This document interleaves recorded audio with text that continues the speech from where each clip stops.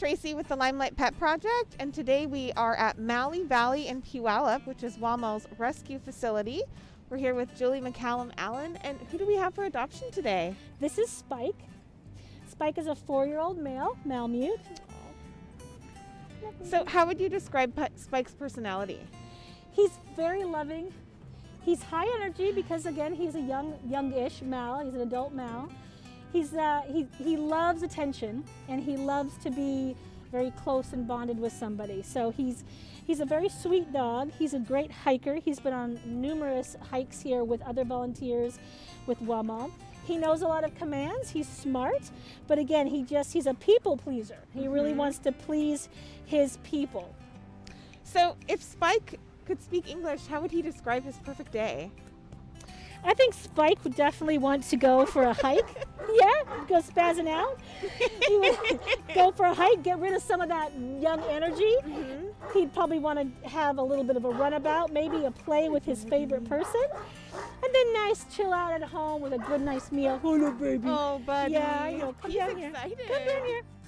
So it's really cool to see him playing like this because earlier he was a little bit subdued. Yeah. So he seems to have a nice mix of personality traits. He's a younger dog, but he still likes to just kind of snuggle, and then he also likes to play. Yeah.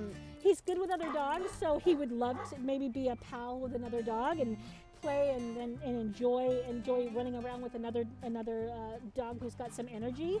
But he's definitely good at bonding with a human. He does particularly well with men, but he could bond both with men and women.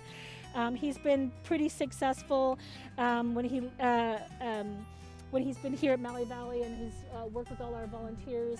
We haven't really had any problems with him.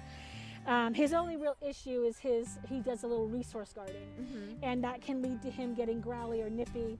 He has had one bite incident, so it's not great, for him with that. We're trying to find just the right kind of home for him so he doesn't repeat that kind of behavior. Right, and Malamutes, they're a northern breed, so you're looking for somebody that has some experience with the breed, somebody really dog savvy that can take him on his own terms and just provide him the structure and just the support that he's looking for. Absolutely. Structure is super important with Spike. Knowing where he stands with his owner, knowing what his owner expects of him, immediately being compliant with his owner is going to be really important with Spike. That is a good start and means to go on with him being able to be trained and learn what the rules are. It's almost like he really wants to learn the rules of a home and how to react. But in his case, he makes mistakes, and then it's hard for him to get out of that situation. So we want to make sure that whoever he goes home with is someone who's going to be really committed to his training, really committed to bonding into this maybe to particular type of breed even, and maybe even, if we could, find someone who has a little bit of experience with resource guarding or who's willing to work with a trainer on his resource guarding. Right. And so hopefully you'd find somebody that's local that could also reach out to you guys and get some support throughout the training process. Absolutely, absolutely. I'm a dog trainer, and I have other trainers who work with us, who can work with Spike and who can work with any owner who takes him on and put in a real good program of improvement so that he can be a great citizen in his new home, in his new community. Right, and he's a wonderful dog. He just needs to have the right person, the right situation where he can really flourish. Absolutely, yeah. So what are some of his favorite things to do? Oh, he loves chasing. He loves chasing around after other dogs and playing with a flirt pole.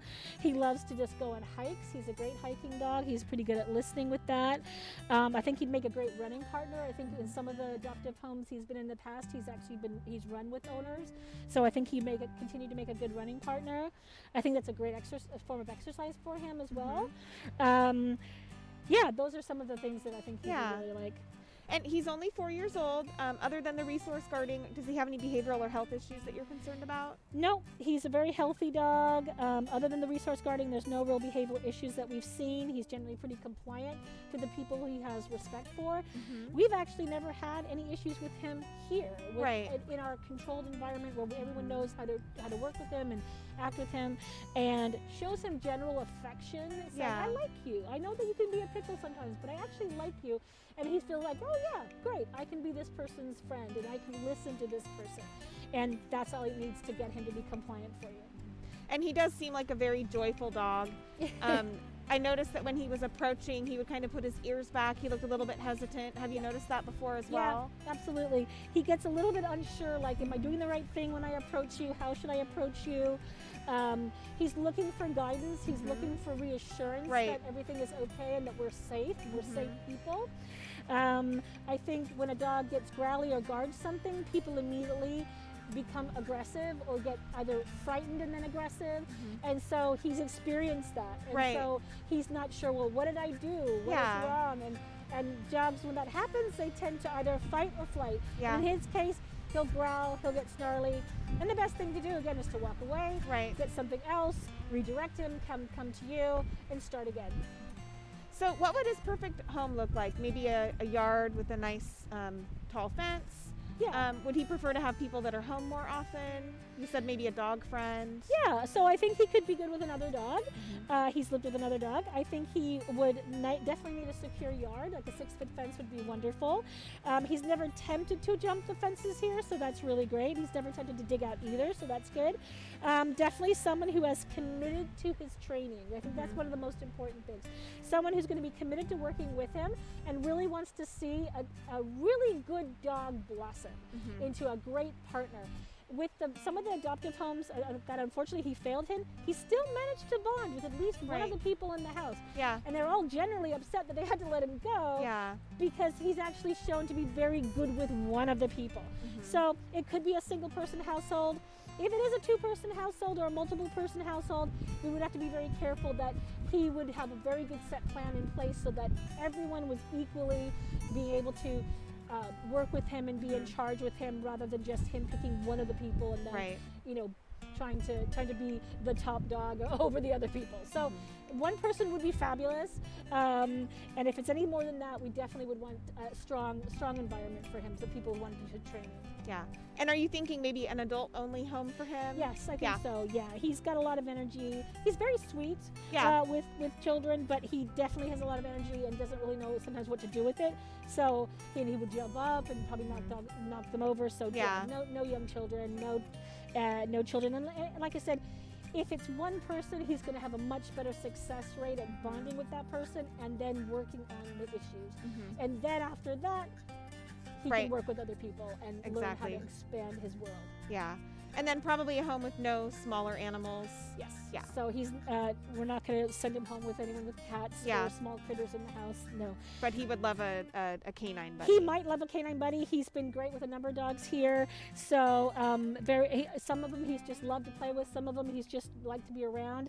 So whoever is interested in him, if they have a dog, they would definitely need to do a meet and greet with him and make sure that's a good match for him.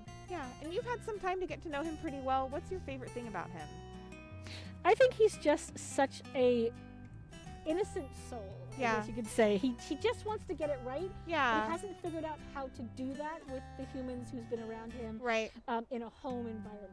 Here at the kennel, it's been pretty easy. He's figured that out. He's figured out how to please people. He's figured out how to get attention and how to get his energy out. But in a home, it becomes a different thing. So I'd say that kind of little innocence of, help me figure it out. Help me figure out how I can be a good dog in a home and be a good family member. Yeah. Another person with your pack. You've got an itch, buddy. Aww. So if somebody sees Spike's Signet and they think, I'm an experienced Malamute owner, I think I could offer the perfect home for him, how do they reach out to Wamal? Right, well, they can reach out on our website, which is wamal.com, or they can reach out to us on an email, wamal@wamal.com. But if you go to our website, you'll see application for a dog. You can specify that you're interested in Spike, fill out the application and send it in, and somebody will get in touch with you pretty quickly. Oh, look at that great smile. Well, thank you so much, Julie, and thank you, Spike. Here's to hoping somebody sees your segment and they think that you're the perfect boy for them. Yeah. And this has been Tracy with the Limelight Pet Project, and we shine the light on harder to adopt pets because their stories are worth telling.